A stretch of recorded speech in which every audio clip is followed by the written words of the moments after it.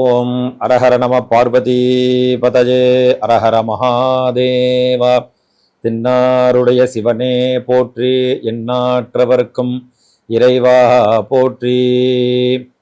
ஓம் பாசாங்குசா பூப கபித்த jumbo பலந்திலான் வேணுமபித்வஹஸ்தைः தத்தைஸ்ததாயஸ்தருணாருணாபஹ பாயாஸ்தஜூஷ்பான் தருணௌகணேசஹ. அன்பார்ந்த பக்த கோடி மெய்யன்பர்களே, அனைவருக்கும் வணக்கம். அடுத்தபடியாக ஹஸ்த நட்சத்திரம் என்று சொல்வார்கள். ஹஸ்த நட்சத்திரம் அப்படின்னா கன்னி ராசி தான், ஒரே ஒரு ராசி தான் அந்த ஹஸ்த நட்சத்திரத்துக்கு வரும். இந்த ஹஸ்த நட்சத்திரம் யாருது அப்படின்னா விநாயகர் பெருமானுக்குரிய நட்சத்திரம். இந்த விநாயகர் சதுர்த்தி அப்படிங்கிறத நம்ம கொண்டாடுறோம். நம்ம விநாயகர் சதுர்த்தியை பற்றி நிறையா பதிவுகளை நம்ம நிறையா ஒரு 2-3 விஷயங்கள்லாம் தெரிஞ்சுட்டோம். இந்த ஹஸ்த நட்சத்திரம் அப்படிங்கிறது விநாயகருக்குரிய நட்சத்திரம். அது பார்த்தீங்க அப்படின்னா ஆவணி மாதத்தில் அஸ்த நட்சத்திரம், சதுர்த்தி திதி, விநாயகர் சதுர்த்தி அன்றைக்கி தான் நம்ம கொண்டாடுறோம். ஆவணி மாதம் சதுர்த்தி திதி, அஸ்த நட்சத்திரம், இது 3மே சேரணும். அதுதான் விநாயகர் சதுர்த்தி. அன்றைக்கி தான் விநாயகர் அவதரித்த தினம். சதுர்த்தி திதியில் அவர் பிறந்தார், அஸ்த நட்சத்திரத்தில் அவதரித்தார். விநாயகர் பெருமானுக்குரியது அஸ்த நட்சத்திரம். அந்த அஸ்த நட்சத்திரத்தில் பிறந்தவர்கள்லாம் பார்த்தோம் அப்படின்னாக்க கொஞ்சம் சாதுவாக தான் இருப்பார்கள்.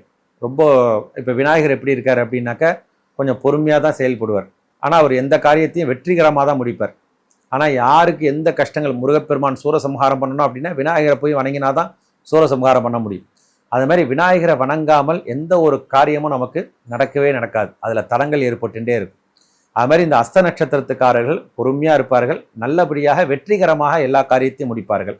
இந்த அஸ்த நட்சத்திரத்தில் பிறந்தவர்கள் வழிபடக்கூடிய க்ஷேத்திரம் பார்த்தோம் அப்படின்னாக்க கோமல் அப்படிங்கிற ஒரு ஊர். இது எங்க இருக்கு அப்படின்னாக்க குத்தாலம், அதாவது கும்பகோணம் டு மயிலாடுதுறை வழியில் குத்தாலம் அப்படின்னு ஒரு ஊர் இருக்கின்றது. அந்த ஊருக்கு அருகாமையில் கோமல் அப்படின்னு ஒரு ஊர் இருக்கின்றது. அங்கு கிருபா குபேஸ்வரர் அப்படின்னு ஒரு சுவாமி இருக்கின்றார். இந்த சுவாமியை வணங்கினால், கிருபா அப்படின்னாக்க கிருபைகள், அதாவது நல்லது செய்யக்கூடிய சுவாமி அப்படின்னு தான் அந்த சுவாமிக்கு அர்த்தமே. அந்த சுவாமியை வணங்கினால் நல்லது. அதாவது அஸ்த நட்சத்திரத்தில் பிறந்தவர்கள் கும்பகோணத்திலிருந்து மயிலாடுதுறை வழியில் குத்தாலம் அப்படின்னு ஒரு ஊர் இருக்கின்றது. அந்த குத்தாலத்திலிருந்து கோமல் அப்படிங்கிற அந்த ஊருக்கு சென்று கிருபா குபேஸ்வரர் அப்படிங்கிற அந்த சுவாமியை வணங்கி வாழ்வாங்கு வாழ இறைவனை பிரார்த்திக்கிறோம்.